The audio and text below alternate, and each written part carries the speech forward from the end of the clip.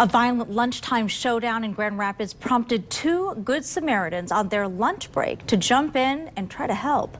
Our crews were on scene moments after it happened. Leon Hendricks is live in downtown Grand Rapids with what happened. Leon?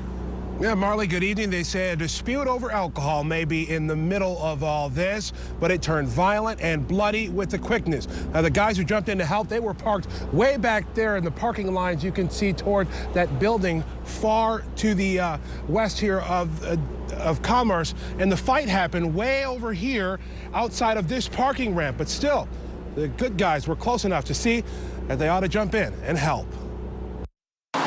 It's almost cliche the way it started. Ordinary day downtown, brothers having lunch in the cab of a box truck, and then they saw something. A skirmish, they said, that escalated. We're watching, and all of a sudden some punches started flying. There were 3 or 4 people beaten up. We saw, you know, they were swinging on this guy, and he went down to the ground. And police say the victim was too intoxicated to really explain what happened, but witnesses say it all may have started in this parking ramp at Commerce and Cherry when the victim took some liquor that wasn't his.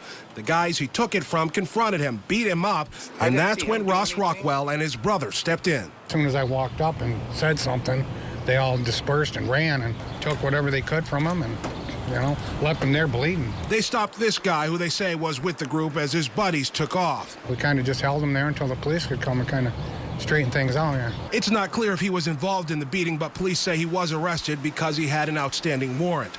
In the end, he's just glad he and his brother were here, and left to wonder now what would have happened if they weren't. You could just tell there was something bad happening. Somebody had to look into it, so, you know, somebody didn't get seriously injured. Hopefully we made a little bit of a difference. You know, you got to kind of help people when they need help. Now, the injured man was taken to the hospital. He seemed conscious and alert at the time. It seems like he'll be okay, but as we've seen in the past, sometimes these situations where fights occur, and especially when there are multiple people on one person, they can turn violent and in some cases deadly.